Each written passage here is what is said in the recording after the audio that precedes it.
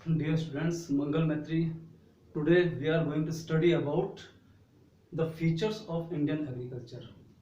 क्या विशेषताएं हैं भारतीय कृषि की। सबसे पहले low productivity, production and productivity, these are two different concepts. Production का मतलब हो गया कि देश में उत्पादन कितना होता है, लेकिन प्रोडक्टिविटी वो एक अलग चीज है। प्रोडक्टिविटी का मतलब होता है कि प्रति हेक्टेयर, 1 हेक्टेयर जमीन पर हम कितना उगा सकते हैं, दैट इज प्रोडक्टिविटी। 1 हेक्टेयर भी बता देता हूँ आपको। 1 हेक्टेयर का मतलब होता है कि अगर हम 100 मीटर लंबा और 100 मीटर चौड़ा, 100 मीटर लॉन्ग, 100 मीटर वाइड एक लैंड पीस को अगर हम लेते हैं तो that is 1 hectare. Productivity in case of different food grains, Bharat में प्रोडक्टिविटी जो है वो कम है। इसको हम देख सकते हैं। अगर हम राइस का एग्जांपल लेते हैं, in case of rice India is growing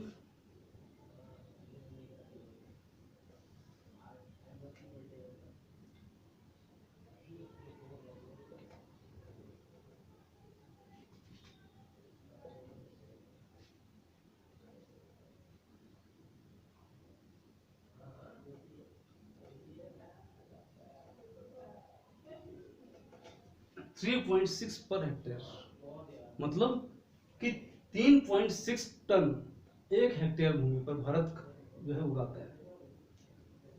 अगर हम चाइना की कंपेयर करें इससे, तो it is growing 6.8 ton, 6.8 ton per hectare.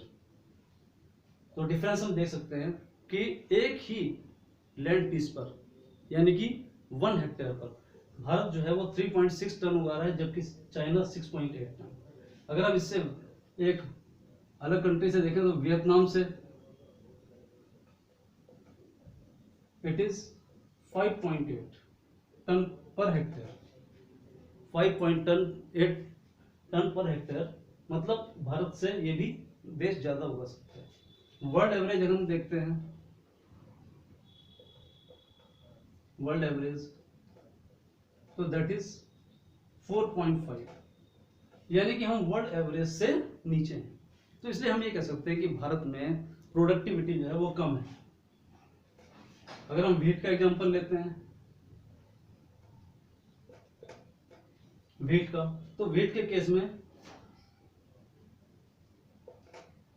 India is growing 3.1 ton per hectare, और इसी एक भूमि पर जो है चाइना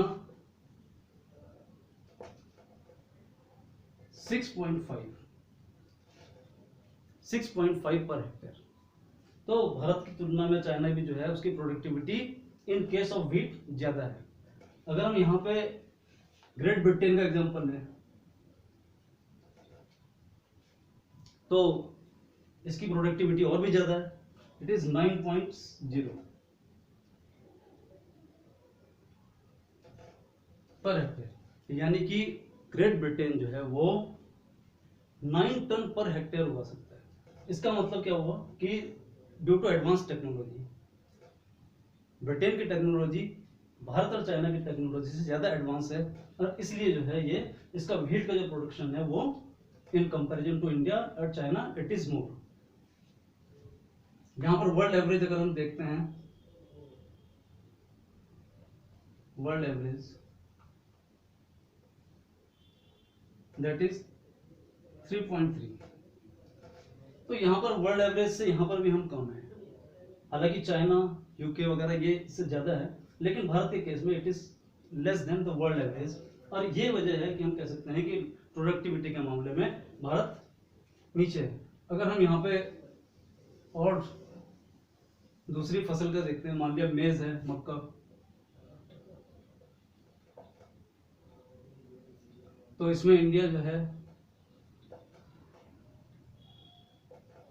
2.6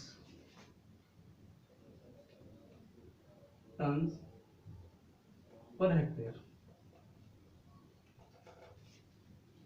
2.6 यानी कि 2.6 टन 1 हेक्टेयर भूमि पर भारत मक्का उगाता है। इसको हम चाइना से कंपेयर करें it is 5.8 approximately. But in case of America, which is growing 10.7, it is again due to the advancement in the technology of America. It is growing 10.7 ton per hectare. तो यहाँ पर जो है हम देख सकते हैं, और वर्ल्ड एवरेज यहाँ पर अगर वर्ल्ड एवरेज को देखते हैं दैट इज 5.6. तो देखा जाए तो चाइना भी अमेरिका इस वर्ल्ड एवरेज से ऊपर है, लेकिन भारत यहाँ पर भी वर्ल्ड एवरेज में कम है. तो हम ये देख रहे हैं कि प्रोडक्टिविटी भारत में कितनी कम है. दूसरा जो फीचर है यहाँ पे वो है डिस्गाइज्ड अनएम्प्लॉयमेंट. डिस्गाइज्ड अनएम्प्लॉयमेंट का मतलब क्या होता है कि the person number of personnel required for cultivation in a piece of land that is more than the required one. यानी कि जितने लोगों की आवश्यकता है उससे ज्यादा काम कर रहे हैं. अगर किसी भूमि पर 10 लोगों की रिक्वायरमेंट है, उस पर 15 लोग काम कर रहे हैं, इसका मतलब 5 लोग अदृश्य रूप से बेरोजगार हैं. They are disguisedly unemployed.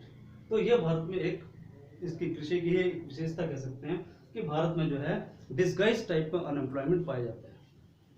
Dependency on rainfall, ये कहा जाता है कि भारतीय कृषि मानसून का जुआ है. इसका मतलब क्या हुआ कि भारत में जो है अगर बरसात अच्छी है, रेनफॉल अच्छा है तो अच्छी फसल है, अदरवाइज फसल जो है वो खराब हो सकती है. सब्सिस्टेंस फार्मिंग का मतलब क्या होता है? To grow for the family consumption, up to the family consumption. मतलब जितना एक परिवार को जरूरत है उतना ही उगा पाना, उतना ही उगाना.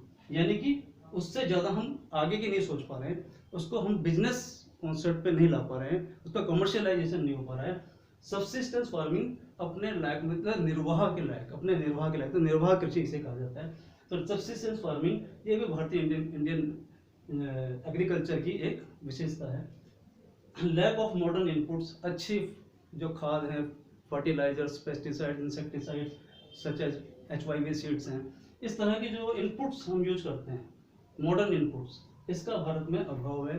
और इसकी वजह से भारत में जो है वो प्रोडक्टिविटी भी कम है और प्रोडक्शन कम है. हालांकि हम ये नहीं कहेंगे कि प्रोडक्शन कम है. अगर हम राइस के मामले में, जैसे हमने अभी यहाँ बताया था कि राइस के मामले में भारत जो है वर्ल्ड में नंबर 2 पर है, लेकिन प्रोडक्टिविटी राइस की वो बहुत डाउन है. तो यहाँ पर जो है लैक ऑफ मॉडर्न इनपुट्स की वजह से ऐसा हो सकता है, होता है.